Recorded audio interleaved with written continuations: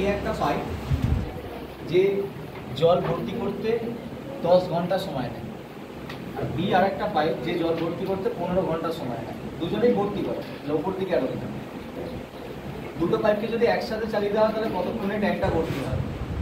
ঠিক pipe time and ওয়ার্কে যেভাবে তোমরা সলভ করেছিলে, পাইপ অ্যান্ড সিস্টেমটা ঠিক একই রকম ভাবে সলভ করে।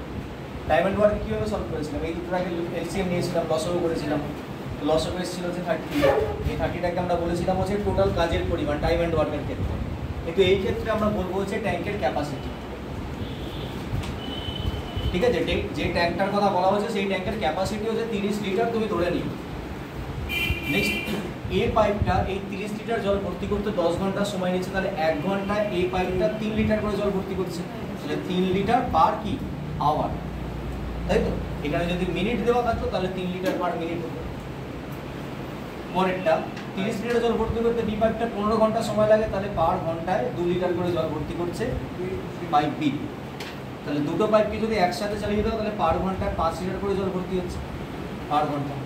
তাহলে টোটাল ট্যাঙ্কের ক্যাপাসিটি হচ্ছে 30, পার ঘন্টায় যদি 5 লিটার করে জল ভর্তি হয় তাহলে দুজনে মিলে কতক্ষণে ট্যাঙ্ক ভর্তি করবো?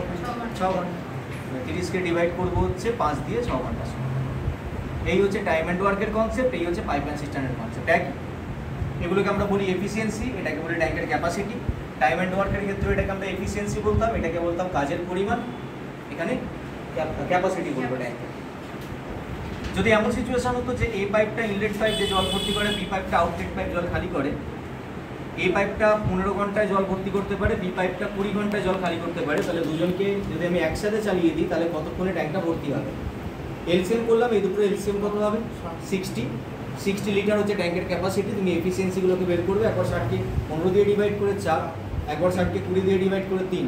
কিন্তু 4-এর পাশে আমরা সাইন বসিয়ে নেবো পজিটিভ।